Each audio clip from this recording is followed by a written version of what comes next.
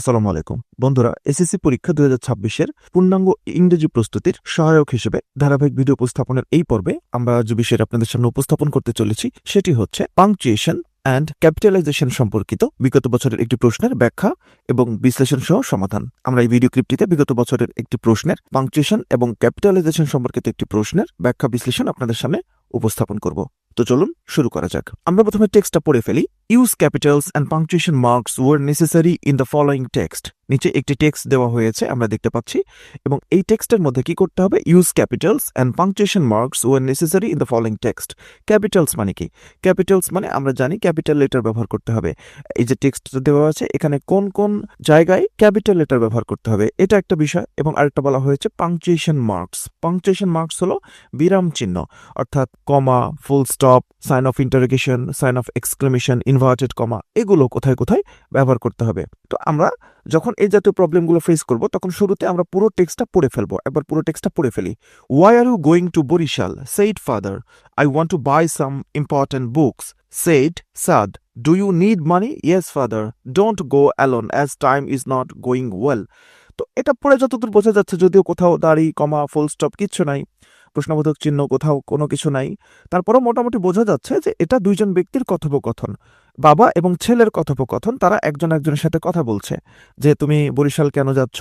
ছেলে উত্তর দিচ্ছে যে I want to buy some important books, আমি কিছু গুরুত্বপূর্ণ বই কিনতে চাই। তারপরে টাকা দরকার কিনা, সে বলেছে হ্যাঁ টাকা লাগবে। তো এই যে দুইজন ব্যক্তির কনভারসেশন, যখন কোনো ব্যক্তির কনভারসেশন হচ্ছে এটা আসলে মূলত একটা ডায়ালগ। এটা কি? ডায়ালগ। যেহেতু এটা ডায়ালগ, তো এটা পরিবর্তন করা খুবই সহজ। কৌশলগুলো বলে দিলে আপনারা সহজেই এই জিনিসগুলো পরীক্ষাতেও ভালো করতে পারবেন। তো আমরা শুরু করি। এখানে বলা হচ্ছে why are you going to Barishal? Said father. এই অংশটুকু খেয়াল করি। এখানে why are you going to Barishal, এটা বাবার কথা, বাবা বক্তব্য দিয়েছে। সেইড ফাদার, বাবা বললেন।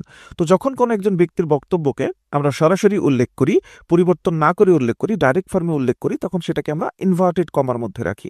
তাহলে why are you going to Barishal? Said father. এখানে why are you going to Barishal এটাকে আমরা একটা ইনভার্টেড কমার মধ্যে রেখে দিলাম। Why are you going to Barishal একটা ইনভার্টেড কমার মধ্যে আমরা রাখছি। খেয়াল করি বন্ধুরা, কোথায় রাখছি? একটা ইনভার্টেড কমার মধ্যে আমরা রেখে দিলাম। খেয়াল করি ইনভার্টেড কমা এখানে আছে। এবং আরেকটা বিষয় খেয়াল করতে হবে, এখানে ওয়াই যেহেতু বাক্যটা শুরু হচ্ছে, প্রথমে শুরু হচ্ছে, যখন একটা বাক্য শুরু হয় তখন তার প্রথম অক্ষরটা কি হয়? ক্যাপিটাল লেটার হয়। এখানে ওয়াই এটা স্মল লেটারে ছিল, এখানে আমরা ওয়াইটাকে ক্যাপিটাল লেটার হিসেবে ব্যবহার করব। এটা মাথায় রাখতে হবে। তারপরে খেয়াল করি এখানে বরিশাল যেটা রয়েছে বন্ধুরা, বরিশাল এটা হচ্ছে একটা নির্দিষ্ট জায়গার নাম, বাংলাদেশের একটা জায়গার নাম। তাহলে কোনো একটা নির্দিষ্ট জায়গা, ব্যক্তি, বস্তু, স্থান এগুলো হলে সেটা কি হয়? প্রপার নাউন হয়, তাই না? তাহলে বরিশাল যেহেতু প্রপার নাউন, আর আমরা জানি বা জানতে হবে যে প্রপার নাউন সবসময় ক্যাপিটাল লেটার দিয়ে শুরু হয়। সে বাক্যের যে পজিশনে থাকুক না কেন, প্রপার নাউন সবসময় ক্যাপিটাল লেটার হয়। তাহলে বরিশালের বি এখানে স্মল লেটারে ছিল, এটা ক্যাপিটাল লেটার হয়ে যাবে। তাহলে হয়ে গেল বরিশাল। এই তো। এবং যেহেতু এটা একটা interrogative sentence, why are you going to Barishal? Barishal কেন যাচ্ছ? কি সেন্টেন্স? ইন্টারোগেটিভ সেন্টেন্স, প্রশ্নবোধক একটা সেন্টেন্স। এর জন্য শেষে প্রশ্নবোধক একটা চিহ্ন আমরা ব্যবহার করলাম। তাহলে সার্বিকভাবে পরিবর্তনটা কিভাবে হলো? যেহেতু বাবার বক্তব্যকে আমরা হুবহু উপস্থাপন করছি, এর জন্য এটাকে আমরা একটা ইনভার্টেড কমার মধ্যে রাখছি, এবং ওয়াইয়ের ডব্লিউ এটা ক্যাপিটাল লেটার হচ্ছে, এটা মাথায় রাখতে হবে। বরিশাল প্রপার নাউন, এটার প্রথম অক্ষরটা বি ক্যাপিটাল লেটার হচ্ছে। শেষে যেহেতু একটা ইন্টারোগেটিভ সেন্টেন্স, শেষে একটা প্রশ্নবোধক চিহ্ন আমরা ব্যবহার করছি, এবং পুরোটাকে একটা ইনভার্টেড কমার মধ্যে রাখছি।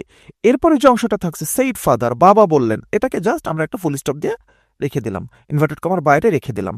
সেইড ফাদার, বাবা বললেন, এখানে ফুল স্টপ দিলাম। এই তো।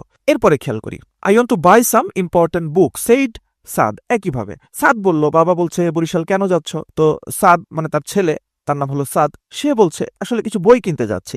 খেয়াল করি, তাহলে I want to buy some important books, কিছু ইম্পর্টেন্ট বই কেনা লাগবে আমার। তাহলে এটা পুরোটা একটা ইনভার্টেড কমার মধ্যে যাবে। একজন ব্যক্তির বক্তব্য, আমরা খেয়াল করি পুরোটা একটা একজন ব্যক্তির বক্তব্যকে আমরা একটা ইনভার্টেড কমার মধ্যে রেখেছি। এই যে I want to buy some important books, পুরোটা একটা ইনভার্টেড কমার মধ্যে আছে। খেয়াল করি বন্ধুরা, একটা ইনভার্টেড কমার মধ্যে পুরোটা আছে, কারণ একজন ব্যক্তির বক্তব্যকে যখন পরিবর্তন না করে ডাইরেক্ট ফর্মে আমরা উপস্থাপন করি তখন একটা ইনভার্টেড কমার মধ্যে তাকে ক্লোজ করতে হবে। তাহলে এখানে ইনভার্টেড কমার মধ্যে আমরা রাখলাম। আবার খেয়াল করি এখানে আই যেটা ছিল এটা স্মল লেটারে ছিল, কিন্তু এখানে আমরা এটাকে ক্যাপিটাল করেছি। কেন? আই প্রোনাউন, যার অর্থ হবে আমি। আইকে যখন আমরা আমি অর্থে প্রোনাউন হিসেবে ব্যবহার করব, তখন সেটা বাক্যের যে পজিশনেই থাকুক না কেন, শুরুতে, মাঝখানে, যেখানেই থাকুক না কেন, সেটা ক্যাপিটাল লেটার হবে। আই আসলে কখনো প্রোনাউন হিসেবে ব্যবহৃত হলে সেটা কখনো স্মল লেটার হয় না, তাহলে আই এখানে আসলে হচ্ছে না, এখানে কি হবে, ক্যাপিটাল লেটার হবে। তাহলে I want to buy some important books, এখানে পুরোটা ইনভার্টেড কমার মধ্যে রাখলাম, আইকে পরিবর্তন করলাম এবং খেয়াল করি এখানে বুকসের পরে আমরা একটা কমা দিলাম, কারণ এটা সাধারণ একটা বিবৃতিমূলক বাক্য, অ্যাসার্টিভ সেন্টেন্স, আমরা জাস্ট একটা কমা দ্বারা রাখলাম, ইনভার্টেড কমার মধ্যে রাখলাম কমা দ্বারা। এবং এখানে সেইড সাদ, সাদ বললো, এই যে এই অংশটুকু সেইড সাদ, সাদের পরে আমরা কি করলাম, একটা ফুল স্টপ দিলাম। এবং খেয়াল করি বন্ধুরা, এখানে সাদ এটা একজন ব্যক্তির নাম, ওই ভদ্রলোকের ছেলের নাম, তো এখানে স্মল লেটার ব্যবহার করা হয়েছিল, এসটা ছোট হাতের ছিল, এখানে আমরা এসটাকে ক্যাপিটাল লেটার হিসেবে ব্যবহার করলাম, সেইড সাদ। তাহলে এইভাবে পরিবর্তন হচ্ছে। এরপরে আবার এখানে বলা হচ্ছে ডু নিড মানি, তোমার কি টাকা লাগবে, বাবা বলছে, বাবা জিজ্ঞেস করছে, বুঝতে হবে যে কে কাকে কথাগুলো বলছে, এগুলো ধীরে ধীরে আমরা বুঝিয়ে দেবো ইনশাল্লাহ, ভিডিও ক্লিপগুলো ধারাবাহিকভাবে দেখবেন, ধৈর্যের সাথে দেখবেন। ডু ইউ নিড মানি, তোমার কি টাকা লাগবে, তাহলে এটা আবারও সরাসরি বক্তব্যকে আমরা উল্লেখ করছি, ইনভার্টেড কমার মধ্যে রাখলাম, do you need money inverted কমার মধ্যে আমরা রেখে দিলাম। এবং এখানে খেয়াল করি, এখানে ডু ইউ নিড মানি, এটা নতুন একটা জায়গা শুরু হচ্ছে, তো নতুন জায়গা শুরু হচ্ছে, নতুন বাক্য শুরু হচ্ছে, তার মানে এই ডু এর ডি এটা ক্যাপিটাল লেটার হচ্ছে, ডু এর ডি এটা কি হচ্ছে, ক্যাপিটাল লেটার হচ্ছে। ডু ইউ নিড মানি, তোমার কি টাকা লাগবে, এবং যেহেতু বাক্যটা ইন্টারোগেটিভ, প্রশ্নবোধক একটা বাক্য, এর জন্য শেষে কি প্রশ্নবোধক একটা চিহ্ন আমরা ব্যবহার করছি, ডু ইউ নিড মানি, তোমার কি টাকা লাগবে। তো পরে উত্তর আসছে ইয়েস ফাদার, হ্যাঁ বাবা টাকা লাগবে, ইয়েস ফাদার টাকা লাগবে, এটা ছেলের বক্তব্য। তো ছেলের বক্তব্য বা স্টেটমেন্টটাকে যখন আমরা আলাদাভাবে তার ডাইরেক্ট ফর্মে উল্লেখ করছি, তখন আমরা কি করছি, সেটাকে পুরোটা আমরা একটা ইনভার্টেড কমার মধ্যে রাখছি, ইয়েস ফাদার।